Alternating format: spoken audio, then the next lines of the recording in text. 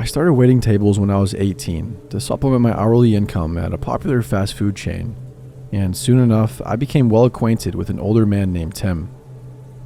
He was probably in his mid-60s and he was very obese. He'd regularly come into the little diner that I worked at, and he was a regular prior to my employment there. The other younger females who worked in the restaurant didn't like to wait on him because he was kind of weird and had a very creepy, overly excited, animated type of vibe. But I didn't mind because it was a guaranteed $5 to $10 every day. I was also good at talking to people and good at putting up with bullshit, so I happily entertained him in the family-friendly way. The first thing he would do is make cartoons on the computer and then excitedly give them to me and other servers. The other servers were uncomfortable with it, even though at this point it was very innocent. It was generic clip art that maybe had everyone's names written by each character. But still, some servers were uncomfortable enough that management had asked him to stop bringing them in. He once asked me if I liked them, almost in an unexplainable childlike way, seeking approval. So I told him that they were cute and fun because they were harmless enough and I could tell that making them and gifting them made him happy. I figured it was his pastime during the later part of his life, since he was unmarried and had no kids, and his daily hobby was visiting different women at different restaurants. Some of them older and some of them younger like I was. He would regularly talk about the lives of the other waitresses that he would visit, and though I hadn't met any of them, I kind of felt like I knew them genuinely. I just figured this guy was lonely and there's nothing wrong with that. He would call me Sunshine and try to offer advice where it wasn't warranted or solicited. I wasn't afraid to respectfully yet aggressively put him in his place. I remember one specific occasion that he tried to criticize my relationship with my boyfriend, and it was like what you'd think a super conservative grandparent might say, expressed to me as if he was my father and providing me life-changing insight to put me on the right path. Though I felt I wasn't on a wrong path at all. I was a full-time student, full-time employee, and I fully supported myself and had a good outlook and attitude on life. Anyway, I put him in his place so hard and so fast that he turned sheepish and childlike. Kind of like he transitioned from trying to be a father to acting like a child who needed mom's or my approval. The next time he visited, he had a hand-carved woodworking thing that he had made with my boyfriend's initials on them as an apology. He would buy me packs of gum and mints and tape printed photos of himself with a scolding look and the caption saying, "No smoking, Sunshine," to try to deter me from cigarettes. I've since quit, by the way, without his help. Everyone else thought it was really creepy, but whatever, right? Through the first year of me being his waitress, his gifts and actions got progressively more expressive. He started writing poems and short stories that had bad grammar and were so elementary they were almost painful. But he told me he just started to try it out, so I encouraged him, thinking that he's just lonely and needs a pastime. I had no problem with him writing little Hallmark card-style poems and giving them to me. But the slightly off-putting aspect to this was that all of the poems and stories had a general theme of love and family. Also, I think it was around this time that he started looking at my Facebook page often. We weren't even friends on there, and I told him I was never going to accept his friend request, so to not ever send one. He would occasionally Photoshop pictures of me for my Facebook page and put my face on a cartoon body or something like that. He also kind of started to obsess over the fact that I was a twin, and he became very interested in me and all of my sisters. He would write stories about me and my sisters, or make comic book style artwork about my twins being superheroes. He even found a photo of my twin on Facebook somewhere, and started using her face photoshopped on things too. When I did some traveling, I took some artsy style pictures with a view in the background, and he once edited and photoshopped other tourists out of the background, and then he lightened the sky and printed laminated pictures with fancy borders for me to have. Thinking about it now, he probably kept these photos for himself too. After a year at my first serving job, I left for another serving job where I'd be working weird third shift hours. I kind of thought that would be the end of Tim, but boy was I wrong. He went out of his way to come at weird hours and to the new place at least twice a week, and never once did I tell him my schedule. He would just drive by and see my car. The stories he would write became progressively sexual and longer. I guess he finally felt comfortable to share these things with me and would always preface me for anything that was more erotic. It was like he wanted a friend, wanted to be my father, and he wanted me to be his mother, all in this weird childish, overly animated type of way. A few times he made me the subject of his stories, though he never went super explicit with those. But one that sticks out was me being a super sexy badass cowgirl sheriff, and all the men at the saloon wanted me. He would include strange details like how someone had an STD, and if I remember correctly, he made my sister the character that got an STD, and I had a huge issue with that. At this point, I've known this man and been well acquainted with him for nearly 3 years. I genuinely felt sorry for the guy, and I felt like I was able to offer him a friend when he really needed one. I was very aware that something was off about him, but I was okay with it because, though it was hard to pinpoint exactly, I understood and also knew that he would never, or could never, given his size and fitness, hurt me. Admittedly, this was a fault of mine as a server. I offered more than food. I accidentally became a psychiatrist more than this guy. There was a 20-year-old with autism also that I became good buddies with, despite him offering me money every once in a while for a blowjob.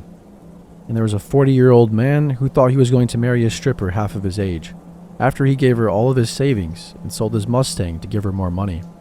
Also, there was the paranoid 50-year-old schizophrenic man, who had clearly never been diagnosed or received any help. I don't know, I digress. I guess I just want to be transparent that I was aware of all the red flags, but I was okay with it. But then things started to really cross a line, though they probably already were past that when I got engaged. He would ask me stuff like if I'd let him hold my baby when I have kids, and he started to write stories and make cards and cartoons from my fiance's perspective. He would say, "I bet this is how Luke feels about you." He would also do it from a mother's perspective, saying stuff like, "It must be a mother's dream." I mean, at this point, he was seriously making so much stuff, be it cartoons, pictures, or stories, that he'd bring it all to me in a manila folder, and it would be along the lines of fatherly, motherly, childish, silly, sexual, romance, etc. I decided to keep the folders in my filing cabinet just in case there was ever some type of case against him that needed evidence. My fiance and I had an open dialogue about him, and at this point, we decided that it was best to cut him off. I was looking for a new job to get off the wacky hours I was working, and the timing just seemed right. After cutting him off, Tim still had a weird contact with me through my older sister. She was a server at another restaurant that he frequented, though she avoided him and asked to never serve him given his interactions with me. However, she was also engaged and her wedding date was approaching. He also wrote her letters and made her cards with words that were way too heartfelt coming from a stranger regarding her marriage. Anyway, Tim decided to ask a few of the other servers if they were planning on going to the wedding. 2 of them were, and upon hearing this news, Tim described me in detail and asked the other servers to try to take some pictures of me for him. When I heard about this, it was about 6 months after I had cut him off. I had a big fat eye roll over it, and I thought whatever about it because the servers weren't going to do it, and he was still respecting our request to not contact me any longer. It's also relevant to note that he's been blocked from my Facebook, which I haven't even actively used in 2 years or more anyway. But prior to the cutoff, even shortly after the cutoff, he still sent me multiple messages on Facebook every day. From as simple as, "Good morning, sunshine," to intricate and extensive stories. So, a timeline reminder before the punchline. I first waited on him around May 2015. He followed me to my next job and my long-term fast food job around the middle of 2016 and continued to follow me. I cut him off around February and March 2018. Well, one day I was cleaning out my filing cabinet in December of 2019. I stupidly decided that I should throw all the creepy and weird unsolicited artwork away. It had been nearly 2 years with no issues, and no attempt to contact, and the stuff was just cluttering my space. Last week, as I was sitting in my living room, a recognizable vehicle was parked outside of my driveway on the wrong side of the road.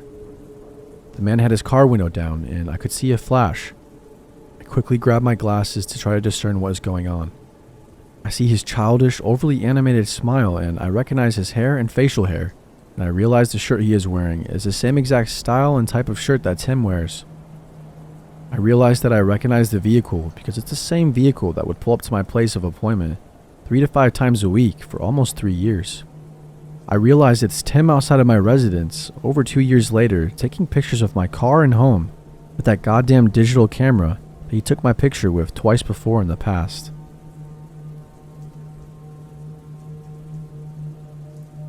So this happened when I was about 17 years old. For context, I'm now a 21-year-old girl, and at the time I was working at a failing seafood restaurant.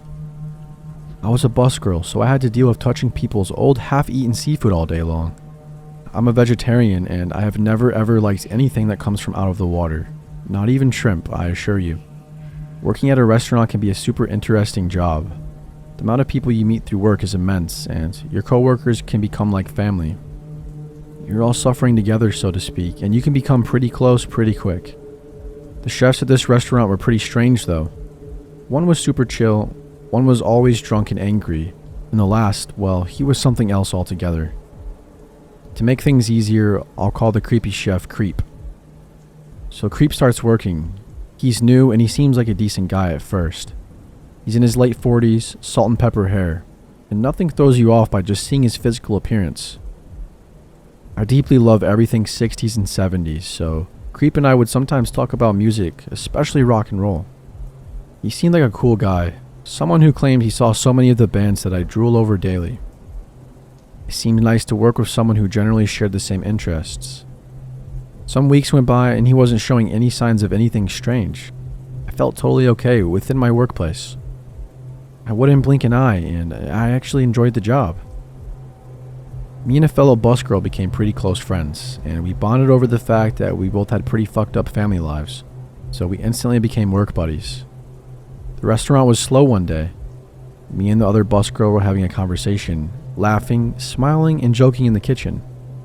But this changed in less than 5 seconds when the creepy new guy came right behind me and said, "Well, this wouldn't be so funny if I had chloroform." I turn around and look at him, thinking, what a weirdo who jokes about things like that. His eyes were blank. He was staring at me, but it felt as though his eyes were burning an imprint on my face. The staring lasted a couple of seconds, but eventually I just turned and walked away. I really didn't know how to react. Throughout the next week, he would stare at me through the kitchen window while I was working. I tried to avoid going to the kitchen as much as possible, but that was nearly impossible when it was my job to transport dishes from the tables back to the kitchen. Twice more while in the kitchen, the situation repeated itself. I was talking to a fellow coworker, and Creep would drop whatever he was doing and interrupt the conversation with, "Well, it wouldn't be so fun if I had chloroform on me." At this point, he had mentioned chloroform to me 3 times. I was completely freaked out. Luckily, I stopped working there a few weeks later because I was leaving to travel Europe for the summer. When I returned, the restaurant was shut down, so I didn't see him ever again after this. I wish I would have told my manager at least. I don't know what I was thinking. I clearly wasn't.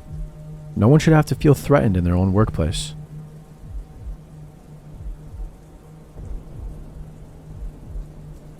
I currently work at a restaurant somewhere in the Midwest. Now, obviously I can't say what restaurant, but it's on a pretty busy road with lots of cars and lots of people walking on the road to get to the bus stop or whatever their destination may be. It's got its own parking lot where I will usually park closer to the doors, but the story I'm about to tell is the one time I didn't, and that night I sincerely regret my actions. To give some backstory, a couple years ago, I just so happened to work at the sports bar and grill directly across from the parking lot for my current job.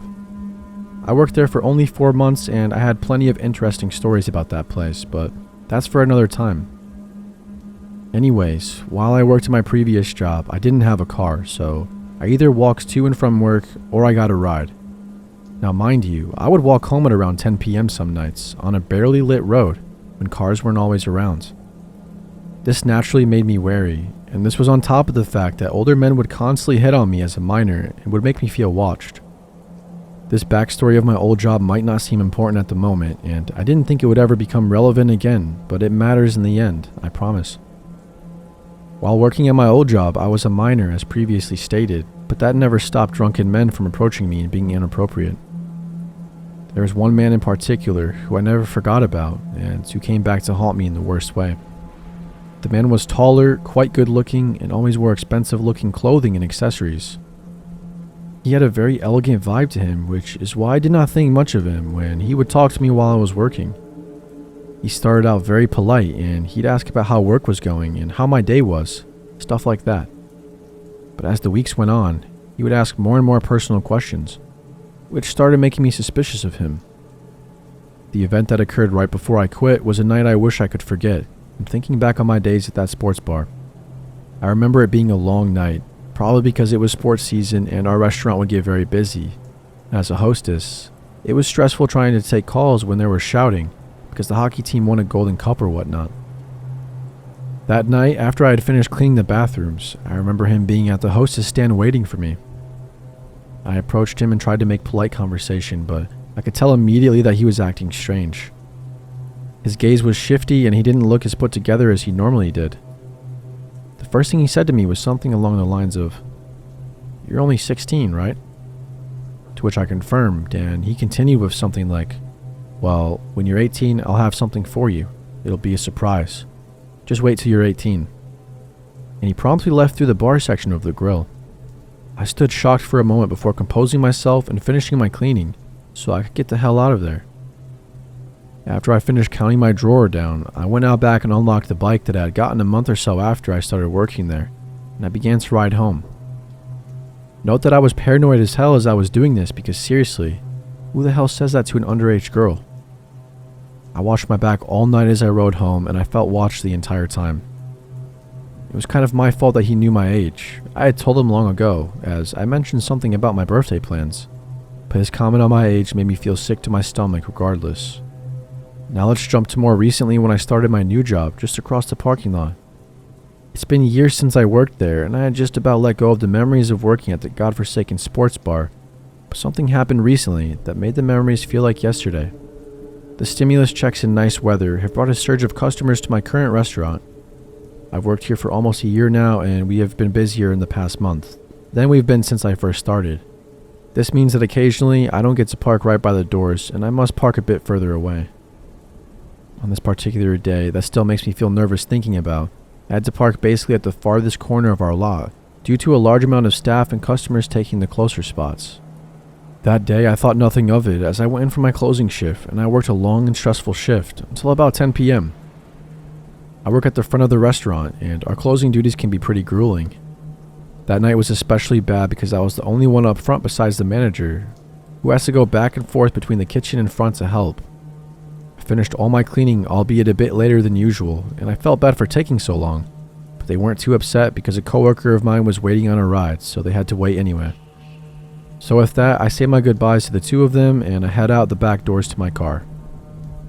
I immediately was irritated that I had to walk so far to get to my car and I started digging out for my keys. I didn't realize that there was a third car in our parking lot until it was almost too late. I finally grabbed my keys after a moment of struggling to find them, and I realized that the third car is finally in fact not my manager, and it was parked right next to mine. Although it did look similar, which is why I didn't think much of it at first, being exhausted from work. Upon getting closer, I realized there was a person inside, so I remember thinking, is my coworker's ride here? But no one came out to go home, so I assumed not. I looked back closer to the restaurant and realized that in front of the building, where I couldn't see before as I left out the back, my manager's car was sitting empty right up front. All of these thoughts were piecing together as I slowly trailed to my car, and after connecting the dots, I tried to see who was in the car waiting for me. I remember squinting at them. I didn't have my glasses on, and that's probably what made them realize I had noticed them, and with that, they turned their car on. Immediately, I looked away because the car lights were too bright, and when I tried to look back again, the inside light turned on. I stopped dead in my tracks as if I was paralyzed. Just writing this is starting to make my eyes tear up for some reason, but the expression that this man was wearing invoked so much fear, I think my heart quite literally skipped a beat. The man's features were a bit blurry with the distance and darkness, but I could tell he knew me from somewhere with that little overhead light illuminating his face. The lack of facial expression is what really made me scared shitless because I figured he would smile, frown, wave, or literally anything. But instead, he sat there, arms at his sides as he waited for me to come closer. Now, as a young woman, I should know better than to ignore my instincts, telling me to get the hell out of a situation. But for a split second, I almost felt compelled to continue walking towards my car. I can't quite explain why, but I specifically recall taking one step forward before pausing, asking myself, what the hell am I doing? And then hightailing it back to the back door. I felt like I was prey about to be eaten, the way that I sensed his overwhelming presence behind me. The whole time I debated going back and then running to safety, he just sat right in his seat and didn't move an inch. or so I assume, as I didn't look back until I reached the door. I glanced back at his car for a split second before dashing inside, and all I remember seeing was his cabin light had turned off, and I could only see a dark figure. The menacing light no longer illuminated his face. I didn't need to see his face to know he was still staring. I could feel his beady eyes staring right at me. After scaring the hell out of my coworkers by yanking open the door as I did, I explained what happened. They both immediately got serious and told me to wait with them while they waited for my other workers' ride. We sat for a few more minutes and they talked about how freaky the situation was and how they'd call the cops if he was still there when we went outside together, and I just sat in silence. I was silent because in the few minutes after the encounter with the strange man, I knew I recognized him from somewhere. He was that same guy who had told me to wait for him when I turned 18. It took me a while because he didn't look like how he used to. He looked a lot more rough and a bit older and much scarier. I don't know if he saw me that day as I brought out the trash, or maybe when I walked into work, but he knew I was there somehow, and that scared the shit out of me. When their ride finally arrived, we all walked out together, and my eyes instantly shot to the area where I knew his car was parked. It was just my car though, waiting for me to climb inside and get home ASAP. The manager saw my coworker off in their parents' car and walked me to mine. She helped me check under my car and inside it, as apparently she had dealt with a stalker before and knew all of the tricks to stay safe. I thanked her profusely and got in, locked my doors right away. I watched her as she walked to her car and started to leave the lot. I looked frantically to see if I could spot his car anywhere in the shopping area that connected with our parking lots, but found nothing. I live close to my work, so I took a long way home that night, fearing that he was waiting for me to go home to do something sinister. Needless to say, I didn't sleep well that night, as I kept thinking that he was in the darkest corner of my room, with that hollow expression on his face. I considered making a police report, but seeing as the police tend to be useless in scenarios like this, and I literally only had a first name, which could have been fake, I decided against it. In the weeks since then, I haven't seen him or heard from him. I still think about him every time I leave the building, half expecting him to be either standing outside ready to snatch me or parked right next to my car. I always leave with my coworkers now, as my parents insisted I begin doing after I told them about what happened.